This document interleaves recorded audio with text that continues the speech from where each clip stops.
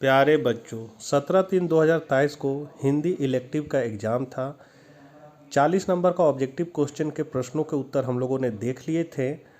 इस वीडियो में हम लोग सब्जेक्टिव प्रश्नों के उत्तर को देखेंगे। बहुत सारे बच्चे रिक्वेस्ट कर रहे थे कि सब्जेक्टिव का भी आंसर लाइए सर, तो आंसर मैंने तैयार कर लिया है, जो इस वीडियो के माध्यम से आप लोगों को बताऊंगा। चैनल पर पहली बार है तो सब्सक्राइब कर लीजिएगा, और 11th के अगर बच्चे होंगे तो उनके लिए यह वीडियो स्पेशल है, क्योंकि बहुत सारे क्वेश्चन रिपीट करते हैं एग्जाम में, तो उनको फ़ायदा होगा। तो चलिए हम लोग आज कुछ नया सीखते हैं। आपका अपठित बोध से था कि निम्नलिखित गद्यांश को पढ़कर पूछे गए प्रश्नों के उत्तर लिखिए। तो इस कहानी को आपको पढ़ना था और इसी से संबंधित क्वेश्चन के आंसर को देना था। तो आप लोग देख सकते हैं ये क्वेश्चन, आप लोग पढ़ लीजिएगा इसको। आप लोग पढ़ भी लिए होंगे क्वेश्चन अगर आपका था तो। सीधे हम लोग क्वेश्चन पे आते हैं। अभिभावक प्रायः अपने बच्चों के साथ क्या करते हैं? तो इसका आंसर होगा अभिभावक प्रायः अपने बच्चों को डांटते फटकारते हैं तथा दूसरों के पास उसकी बुराई करते रहते हैं। बुराइयों को त्यागने का अमोघ उपाय क्या है? तो बुराइयों को त्यागने का अमोघ उपाय यह है कि हम एकांत में अपने श्रेष्ठ गुणों का चिंतन करें और इससे दिव्यताओं की अभिवृद्धि करते रहें। अपने चरित्र को निखारने के लिए हमें क्या करना चाहिए? तो अपने चरित्र को निखारने के लिए हमें अपने चरित्र की अच्छाइयों पर मन एकाग्र करना चाहिए। उसके बाद है आपका रचनात्मक लेखन तथा अभिव्यक्ति और माध्यम से। तो लोकतंत्र में चुनाव विषय पर निबंध लिखिए। तो अब निबंध थोड़ा सा लंबा है, हम इसको धीरे धीरे बढ़ा देते हैं। आप देख सकते हैं लोकतंत्र में चुनाव की भूमिका है,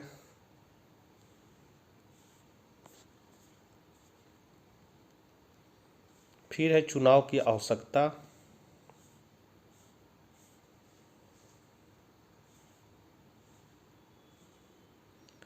और इसके बाद है इसका निष्कर्ष। इसके बाद आपका था महंगाई से प्रभावित आम जन जीवन के विषय में किसी समाचार पत्र के संपादक को पत्र लिखिए। तो इसको लिखना था सेवा में संपादक महोदय, नव भारत टाइम्स, आनंद विहार, दिल्ली, या अपना जगह का नाम दे दीजिएगा। विषय देना है बढ़ती महंगाई पर चिंता प्रकट करते हुए संपादक को पत्र। महोदय, मेरा नाम राजीव वर्मा है, मैं आपके प्रतिष्ठित समाचार पत्र का नियमित पाठक हूँ। मैं अपने देश में बढ़ती महंगाई पर अपनी चिंता व्यक्त करने के लिए लिख रहा हूँ। पिछले कुछ महीनों से महंगाई लगातार बढ़ रही है और इसका लोगों के जीवन पर नकारात्मक प्रभाव पड़ रहा है। आवश्यक वस्तुओं की कीमतें काफ़ी बढ़ गई है, जिससे लोगों के लिए गुजारा करना मुश्किल हो गया। बढ़ती महंगाई का असर कारोबार पर भी पड़ रहा है, क्योंकि वे बढ़ती लागत को झेल नहीं पा रहे। इससे नौकरी का नुकसान हो रहा है और आर्थिक गतिविधियों में कमी आ रही है। सरकार को इस मुद्दे को हल करने और मुद्रास्फीति की दर को कम करने के लिए कदम उठाने की ज़रूरत है। मैं सरकार से आग्रह करता हूं कि महंगाई को नियंत्रित करने के लिए आवश्यक उपाय करें और यह सुनिश्चित करें कि हमारे देश के लोग इससे प्रतिकूल रूप से प्रभावित ना हो। भवदीय राजीव वर्मा। उसके बाद था आपको शहर में बढ़ती आपराधिक घटनाओं पर एक रिपोर्ट लिखे। तो यह रिपोर्ट में हेडिंग में देना है शहरों में बढ़ते अपराध। इस समय देश में अपराधों की संख्या बढ़ती जा रही। दुखद यह है कि ये अपराध पिछले साल के मुकाबले और ज़्यादा बढ़ गए हैं। पुलिस आंकड़ों के मुताबिक पिछले साल से इस साल इन अपराधों में 15% की बढ़ोतरी हुई। ये अपराध सबसे अधिक चोरी, डकैती, हत्या, बलात्कार, चेन झपट, दुर्घटना व आत्महत्या के हैं। ये अपराध क्यों बढ़ रहे हैं? इसका अध्ययन करने वाले मनोवैज्ञानिकों का कहना है कि इसके पीछे केवल आर्थिक कारण नहीं अपितु मानसिक विकृतियाँ भी है। अगर कोई 4-5 साल की बच्ची के साथ बलात्कार करता है तो इसके पीछे यौन संतुष्टि की भावना नहीं अपितु मानसिक विकृति की भावना है। ऐसे व्यक्तियों को सजा से नहीं अपितु मानसिक उपचार से सुधारा जा सकता है। चोरी, डकैती आदि अपराध के पीछे बेरोजगारी बड़ा कारण हो सकता है। अगर युवाओं को उचित रोजगार मिलते हैं तो वे इस तरह के अपराधों से पीछे हट सकते हैं। हत्या जैसे अपराधों का कारण वैमनस्य है। जब समाज में नैतिकता का पतन हो जाता है तब इसी तरह के अपराध उभर कर आते हैं। अगर सरकार अपराध के ग्राफ नीचे लाना चाहती है तो इसके लिए उसे कड़े दंड की व्यवस्था करनी होगी। जब तक अपराधियों को कानून का खौफ ना होगा तब तक अपराधों का ग्राफ नीचे नहीं आने वाला है। उसके बाद आपका पाठ्य पुस्तक से है निम्नलिखित में से किसी एक का वाक्यांश की सप्रसंग व्याख्या कीजिए। तो ये क नंबर था, तुमने कभी देखा है खाली कटोरे में बसंत का उतरना। तो इसका सीधे हम लोग उत्तर पे चलते हैं।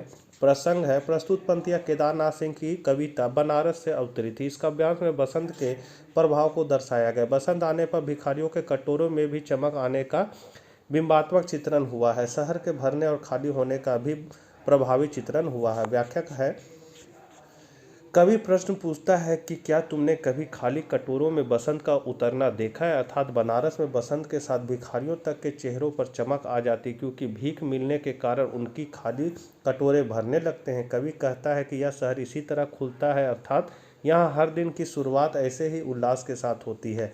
हर दशा में प्रसन्न रहना बनारस का चरित्र है। इसके साथ साथ यह शरीर इसी तरह खाली भी हो जाता है। भरने और खाली होने का यह सिलसिला चलता रहता है। यहाँ प्रतिदिन अंतहीन शवों को उठाकर कंधों पर लाने का सिलसिला चलता रहता है। लोग अंधेरी गली से निकलकर चमकती हुई गंगा की तरफ शवों को ले जाते रहते हैं, अर्थात वे मृत्यु रूपी अंधकार से मोक्षदायिनी गंगा के पास शव को ले जाकर मृतक का दाह संस्कार करते हैं। इस प्रकार कहीं खुशी है तो कहीं गम की अनुभूति होती रहती है। इन दोनों का मिला जुला रूप है बनारस। यह सिलसिला प्राचीन काल से चला आ रहा है।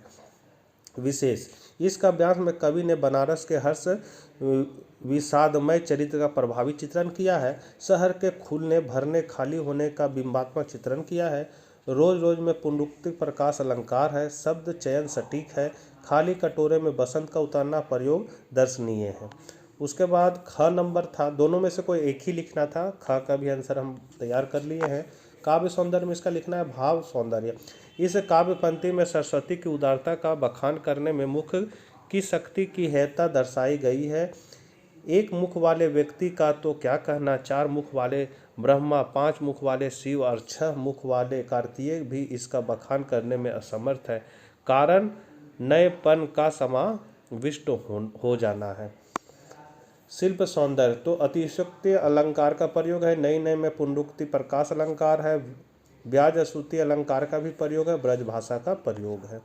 चौथा नंबर क्वेश्चन है, आधे आधे गाने के माध्यम से कवि क्या कहना चाहता है। तो आधे आधे गाने के माध्यम से कवि कहना चाहता है कि मनुष्य जब तक अपने मन में व्याप्त खींच तथा ऊब को बाहर निकाल नहीं करता तब तक उसका गान अधूरा ही रहेगा। मन जब उल्लास तथा आनंद को महसूस करेगा तभी वह पूरा गाना गा सकता है। यह इस बात की ओर संकेत करता है कि मन के अंदर घींच और उबाऊपन नहीं होगा तो वह सृजन करने में सक्षम होगा। इस तरह की उसका कल्याण संभव है। ख है, कवि मौन होकर प्रेमिका के कौन से प्रण पालन को देखना चाहता है। तो कवि के अनुसार उसकी प्रेमिका उसकी ओर से कठोर बनी हुई है। वह न उससे मिलने आती है और न उसे कोई संदेशा भेजती। कवि कहता है कि वह मौन होकर देखना चाहता है कि उसकी प्रेमिका कब तक उसकी ओर कठोर रहती है। वह बार बार उसे पुकार रहा है। उसकी पुकार को कब उसकी प्रेमिका अनसुना करती है, कवि यही देखना चाहता है। 5वां नंबर क्वेश्चन है, घड़ी साजी का इम्तिहान पास करने में लेखक का क्या तात्पर्य है। तो जो व्यक्ति घड़ी के विषय में हर प्रकार की जानकारी प्राप्त कर चुका होता है उसे बड़ी सरलता पूर्वक खोल तथा वापस जोड़ सकता है। वह घड़ी साजी का इम्तिहान पास करता है। इस इम्तिहान को पास करने के बाद वह घड़ी साज कहलाता है। ऐसे मनुष्य को यदि घड़ी ठीक करने को दे दी जाए तो वह उसे ठीक करने का सामर्थ्य रखता है। लोगों को उस पर पूर्ण विश्वास होता है। लेखक घड़ी साज के द्वारा धर्म से जुड़े रहस्यों को उजागर करना चाहता है। उसका मानना है कि यदि हम धर्म से संबंधित छोटे बड़े पहलुओं पर गौर करें तो हम धर्म गुरु तो नहीं बन सकते परंतु उसकी जटिलता को समाप्त अवश्य कर सकते हैं। इस प्रकार हम धर्म के नाम पर मूर्ख नहीं बनाया जा सकते हैं। हमें घड़ी साज की तरह ही घड़ी के विषय में जानकारी हासिल करनी चाहिए और स्वयं को धोखे से बचाना चाहिए। लेखक इसलिए घड़ी साजी के इम्तिहान की बात करता है। ख नंबर क्वेश्चन, लेखक बुढ़िया से बोधिसत्व की 8 फुट लंबी सुंदर मूर्ति प्राप्त करने में कैसे सफल हुआ। तो एक बार कौसंबी के गांव में घूमते हुए लेखक को खेत की मेड़ में बोधिसत्व की 8 फुट लंबी मूर्ति दिखाई पड़ी। मूर्ति की विशेषता थी कि वह सुंदर थी, मथुरा के लाल पत्थरों से बनी थी तथा खंडित नहीं थी। उसे देखते ही लेखक ने तय किया कि वह इसे अपने साथ ले जाएगा। वह उसे उठाने ही वाला था कि खेत की मालकिन वहां आ पहुंची। वह एक वृद्धा थी और बहुत लालची थी। वह समझ गई थी कि लेखक उस मूर्ति को पाना चाहता। उसने लेखक के इस कार्य से अप्रसन्नता व्यक्त की। लेखक समझ गया कि इस समय वृद्धा से उलझना ठीक नहीं है। वह समझ गया कि बुढ़िया लालची है, था उसने बुढ़िया को पैसे का लालच दिया। आखिरकार उसने बुढ़िया को 2 रुपए दे और मूर्ति खरीद ली। इस तरह लेखक बुढ़िया से बोधिसत्व की 8 फुट की लंबी मूर्ति प्राप्त करने में सफल हुआ। ग नंबर क्वेश्चन है, संदेश भेजने के बाद बड़ी बहुरिया की मना स्थिति कैसी हो गई। तो बड़ी बहुरिया अपनी बड़ी हवेली, जो अब नाम मात्र को ही बड़ी थी, में एकांकी और घोर दरिद्रता का जीवन बिता रही थी। कभी वह इस हवेली में राज करती थी, पर अब दाने दाने को मोहताज है। वह भथुआ साग खाकर पेट भर रही है। उधार ना चुका पाने के लिए उसे बहुत सुनना पड़ता है। देवर देवरानी उसकी परवाह नहीं करते। संवाद कहते वक्त बड़ी बहुरिया की आंखें झलझला आई, क्योंकि वह अपनी वर्तमान दशा से अत्यंत व्याकुल थी। वह तो आत्महत्या तक करने पर उतारू थी। न उसके खाने पीने का कोई प्रबंध था, न उसका दुख बांटने वाला कोई था। वह भाई भाभीियों की नौकरी तक करने को तैयार थे। उसके जीने की इच्छा मरती जा रही थी। उसके मन की व्यथा आंसुओं की राह बन रही थी। 6ठा नंबर क्वेश्चन है, हजारी प्रसाद द्विवेदी की 2 रचनाओं के नाम लिखे। तो अशोक के फूल और कुटज। सच्चिदानंद हीरानंद वात्सल्य अज्ञे की किन्हीं 2 रचनाओं के नाम लिखे। तो हरी घास पर क्षण भर और आंगन के पार द्वार। अब आपका पाठ्य पुस्तक से है, जगधर के मन में किस तरह ईर्ष्या का भाव जागा और क्यों। तो जगधर जब भैंसों के घर या पता करने पहुंचा कि जगधर जब भैरव के घर या पता करने पहुंचा कि सूरदास के घर आग किसने लगवाई है, तो उसे पता लगा कि भैरव ने ही सूरदास के घर में आग लगवाई थी। इसके साथ ही उसने सूरदास की पूरी जीवन की जमा पूंजी भी हथिया ली थी। यह राशि 500 रुपये से अधिक की थी। जगधर को भैरव के पास इतना रुपया देकर अच्छा न लगा। वह जानता था कि वह इतना रुपया है, इससे भैरव की जिंदगी की सारी कठिनाई पल भर में दूर हो सकती है। भैरव की चांदी होते देख उससे रहा न गया। वह मन ही मन भैरव से ईर्ष्या करने लगा। लालच उसके मन में सांप की भांति फन फैलाए खड़ा हो गया। भैरव के इतने रुपए लेकर आराम से जिंदगी जीने के ख्याल से ही वह तड़प उठा। भैरव की खुशी उसके लिए दुख का कारण बन गई थी। कोइया किसे कहते हैं, इसकी विशेषता बताएं। तो कोइया जल से उत्पन्न होने वाला पुष्प है। इसे कुमुद तथा कोकाबेली के नामों से भी जाना जाता है। इसकी विशेषता है, कोइया पानी से भरे गड्ढे में भी सरलता से पनप जाती है। यह भारत में अधिकतर स्थानों में पाई जाती है। इसकी खुशबू मन को प्रिय लगने वाली होती है। शरद ऋतु की चांदनी में तालाबों में चांदनी की जो छाया बनती है, वह कोइयों की पत्तियों के समान लगती है। दोनों एक समान लगती है। 8वां नंबर क्वेश्चन है, धरती का वातावरण गर्म क्यों हो रहा है। इसमें यूरोप और अमेरिका की भूमिका क्या है।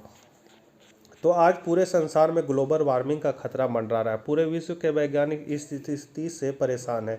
इसके कारण धरती का वातावरण तेजी से गर्म हो रहा है। हम मनुष्य अपनी सुविधाओं के नाम पर जो भी कुछ किया है, वह हमारे लिए खतरनाक सिद्ध हो रहा है। वाहनों, हवाई जहाज़ों, बिजली बनाने वाले संयंत्रों, उद्योगों आदि से अंधाधुंध होने वाले गैसीय उत्सर्जन की वजह से कार्बन डाइऑक्साइड में वृद्धि हो रही। इन गतिविधियों से carbon dioxide, methane, nitrogen oxide इत्यादि ग्रीन हाउस गैसों की मात्रा में बढ़ रही है, जिससे इन गैसों का आवरण घना होता जा रहा है। यही आवरण सूर्य की परावर्ती किरणों को रोक रहा है, जिससे धरती के तापमान में बढ़ोतरी हो रही है। ग्लेशियरों के बर्फ पिघल रहे हैं, तापमान से तेजी से पिघल रही है। इससे आने वाले समय में जल संकट खड़ा हो सकता है। जंगलों की बड़ी संख्या में हो रहा कटाव भी इसकी दूसरी बड़ी वजह है। जंगल कार्बन डाइऑक्साइड की मात्रा को प्राकृतिक रूप से नियंत्रण करते हैं, लेकिन इसके अंधाधुंध कटाई से यह प्राकृतिक नियंत्रण भी नष्ट हो रहे हैं। यदि जल्दी नहीं किया तो हमारे जीवन में सवालिया निशान खड़ा हो जाएगा। इन गैसों के उत्सर्जन में अमेरिका तथा यूरोपीय देशों की भूमिका मुख्य है। वहाँ से सबसे अधिक इन गैसों का उत्सर्जन हो रहा है। वे इस बात को स्वीकार नहीं करते। पहाड़ों की चढ़ाई और प्रेम की चढ़ाई में क्या अंतर है। पठित पाठ के आधार पर टिप्पणी कीजिए। तो पहाड़ों की चढ़ाई में व्यक्ति केवल शारीरिक बल का सहारा लेता है। वह पत्थरों की जाति के अनुसार ही चढ़ाई का तरीका अख्तियार करता है।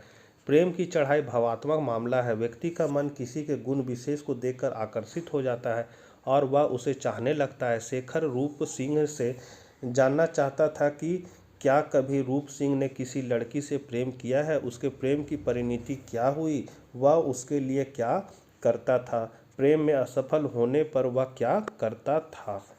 तो ये थे आपके सब्जेक्टिव प्रश्नों के उत्तर। आशा करते हैं आप लोगों का एग्ज़ाम अच्छा गया होगा। मिलते हैं नेक्स्ट वीडियो में, तब तक आज्ञा दीजिए। Bye bye.